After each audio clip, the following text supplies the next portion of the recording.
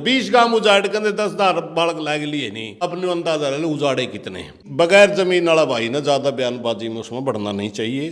उन चीजों का रिएक्शन होता है। जब फलाना आदमी तो बकवास करना है, उसका तो एक खुद भी नहीं आंदा। विकास के बजाय विनाश ज्यादा हुआ। मगर सच्चाई यह है कि उसके राजनीतिक लोगों का ग्रुप बन गया हो, कोई पक्ष का हो कोई विपक्ष का हो, क्योंकि राजनीति वाले कोई मतलब नहीं होता, इन्हें तो कमीशन परमिशन अटबट थे जे। लेकिन सच्चाई यह है कि किसान ने जमीन नहीं देनी चाहिए। ज्यादातर लोग इसमें रोजगार खत्म होगा, रोजगार मिलेगा नहीं। निर्णय लेना उनका काम है, हमारा काम तो इतना है वह सरकार को जबरदस्ती तो करने नहीं देंगे। सारे दर्शकों ने राम राम। मैं मंजीत कोथ है, आज अपने ही गांव कोथ कला में है और हमारे साथ है सुरेश कोथ जी हैं, जो बेबाक तरीके से मतलब बेबाक बोल से ही पहचाने जावा है। किसानों की चाहे किसी भी तरह की कोई भी मांग हो, कोई भी डिमांड हो या कोई भी किसानों की लड़ाई हो, लंबे समय से लड़ने का काम कर रहे हैं। लेकिन आज बात करेंगे बांगर की धरती पर जो IMT स्थापित करने की बात चल रही है, सरकार IMT लेके आवा है, इसमें के नुकसान होगा के फायदा होगा। क्योंकि दो पक्ष बने हुए, एक पक्ष कह रहा है कि हमें जमीन नहीं देंगे, जमीन हमारी माँ है। दूसरा पक्ष कह रहा है कि रेट सही होना चाहिए, हमें जमीन देंगे। 5 करोड़ की डिमांड रखी गई, जो रोड के सारे किले लग गए हैं, कुछ दूर है उसकी अलग डिमांड है, लेकिन 5 करोड़ की डिमांड रखी गई। प्रधान जी तो पूछेंगे कि IMT आने से क्या फायदा होगा, क्या बच्चों को रोजगार मिल पाएगा, जो लोग हैं उनके बच्चों को रोजगार मिलेगा, क्या किसान मतलब फिर बिना जमीन के हो जाएंगे, क्या करेंगे, क्या कुछ रहेगा। प्रधान जी राम राम। राम राम जी। प्रधान जी क्या लगा है, IMT बनने जा रही है, कुछ किसान तो कह रहे हैं कि ज़मीन हमारी माँ है, हम नहीं देंगे, लेकिन कुछ किसान कह रहे हैं कि हमें ज़मीन दे देंगे, रेट सही होना चाहिए। देखिए, निर्णय लेना तो जमीन के मालिक का काम है। जो जमीन का मालिक है वो क्या निर्णय लेता है वो अलग विषय है। हमारा रोल तब आएगा जो किसानों में काम करने वाले लोग हैं। अगर कोई किसान जमीन नहीं देना चाहेगा और उसके साथ जबरदस्ती होगी तब हमारा रोल आएगा, हम जबरदस्ती नहीं होने देंगे। उससे पहले किसी बगैर जमीन वाला भाई ना ज़्यादा बयानबाजी में उसमें बढ़ना नहीं चाहिए। उन चीज़ों का रिएक्शन होता है। जो सरकार के हक के लोग हैं बाद में इस बात का मुद्दा बना देंगे, फलाना आदमी तो बकवास करना है, उसका तो एक खुद भी नहीं आंदा। सच्चाई यह है कि यहाँ IMT कटने से मुझे लगता है विकास के बजाय विनाश ज़्यादा हुआ। किस तरह प्रधान जी? मैं बताऊंगा आपने। देखिए, एक IMT कटी मानेसर में और एक IMT कटेगी जींद में।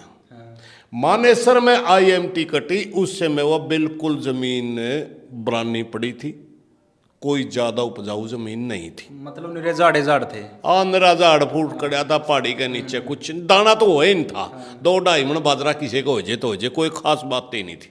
IMT कटी, उसके 2 फायदे हुए, रोजगार भी उत्पन्न करे और प्रदेश के विकास में उसका बहुत बड़ा योगदान है। आज बहुत ज्यादा रेवेन्यू हरियाणा प्रदेश को मिलता है वहां से, गाँव से। हाँ, गुड़गांव विकसित हुआ था अनप्लान और ये मानेसर प्लान के तहत आई थी। अब एक तो IMT वो है जिसने विकास किया और एक IMT आप काटने जा रहे हो जींद में।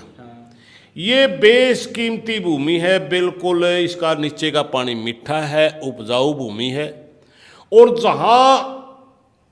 वहां जितना रोजगार मिल रहा है IMT उससे ज्यादा रोजगार ये अब दे रही है फिलहाल।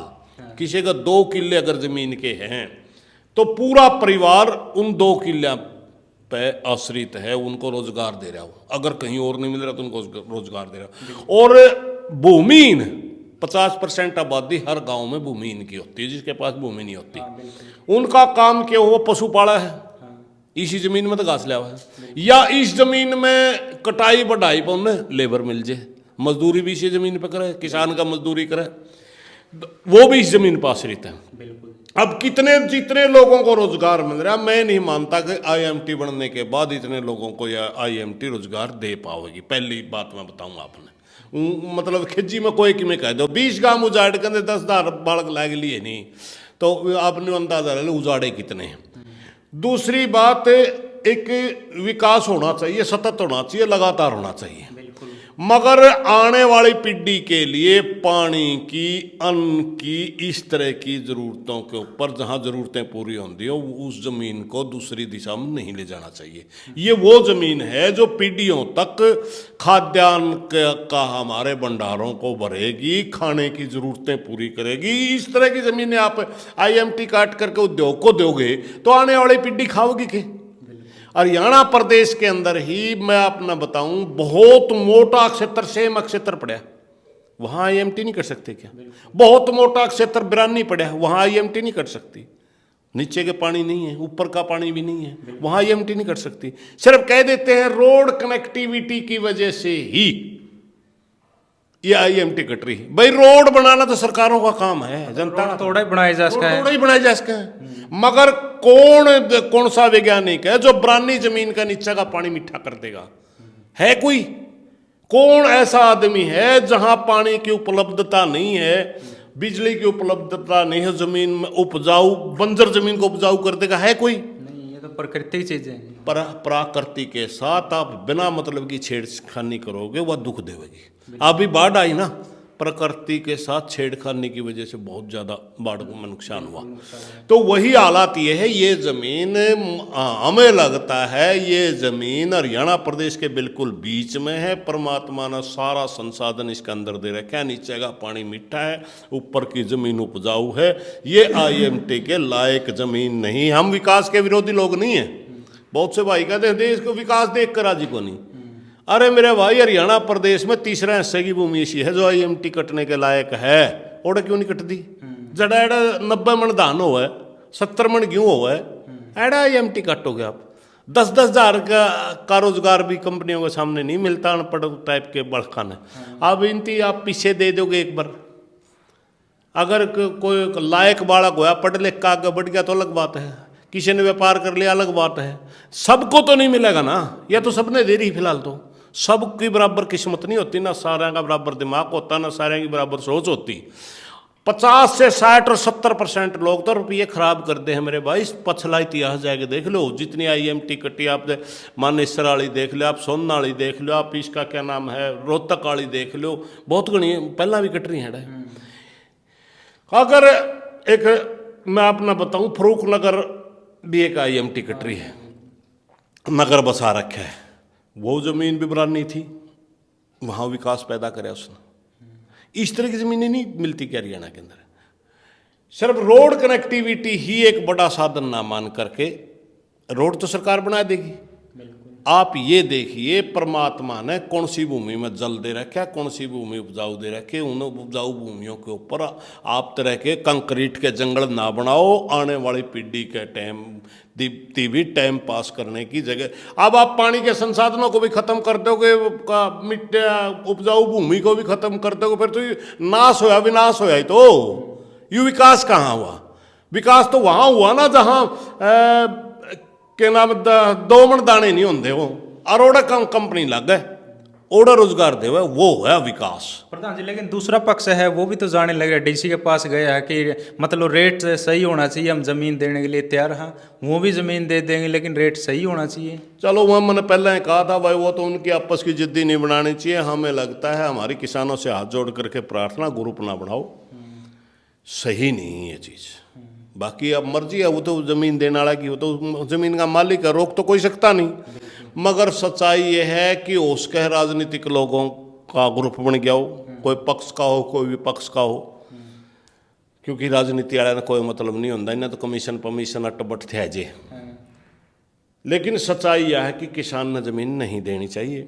जो देन जा रहे हैं भाई, उसका कई बार थोड़ी ज़मीन वाला हुआ, उसका संसाधन पूरा उस तक पटता नहीं हो ज़मीन तय, इस डाल के भाई बहुत हैं। और वो नहीं सोचा 10, 20, 50, 40 लाख रुपये इतना मिल जाए और धंधा छेड़ ले, ये दिमाग भी वो है। लेकिन सच्चाई यह है मेरे भाई, ठीक है एक मौका उसका एक आधा वाला कामयाब भी होता हो, मगर सच्चाई ये है कि ज़्यादातर लोग इसमें रोज़गार खत्म होगा, रोज़गार मिलेगा नहीं। निर्णय लेना उनका काम है, हमारा काम तो इतना है भाई, सरकार को ज़बरदस्ती तो करने नहीं देंगे।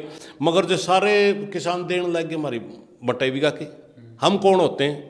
हम सिर्फ अब बता सकते हैं भाइयों ये ज़मीन आईएमटी के लायक नहीं है, ये ज़मीन रोज़गार पैदा कर रही, ये ज़मीन इन गाँवों को आगे बढ़ा रही है, इसी ज़मीन से सारी की सारी इकॉनमी इनकी चल रही है, ये सही चल रहे हैं। आने वाले टाइम में आप 5 करोड़ 7 करोड़ की बात करो, आने वाले टाइम में 50-100 करोड़ में भी किला नहीं मिलना इस किस्म की ज़मीन अगर आप सारी की सारी दे दोगे और ये सारी कंपनियां पर चली जाओगी ज़मीन। और जब ये जिस दिन ये कंपनियां पर चली जाओगी ज़मीन की कीमतें नहीं रहनी, फिर रोगे भाई बेटी जो मारा पे तो 2-2 करोड़ रुपये 3-3 करोड़ रुपया में जा लिया, 100 करोड़ में भी नहीं मिल पाता। टाइम की बातें हो, हर चीज़ का अलग अलग समय है। मेरी किसानों से हाथ जोड़ के प्रार्थना है, ब्राह्मण आओ, बुकाए ना लागो, ग्रुप ना बनाओ, या ज़मीन आईएमटी में देने की नहीं है। अगर जब बरानी ज़मीन उस तरह की होती तो हम ही कहते कि देश के विकास के लिए तो भूमि अधिग्रहण करना ही पड़ेगा, बिल्कुल। मगर ये ज़मीन वो देने के लायक नहीं है।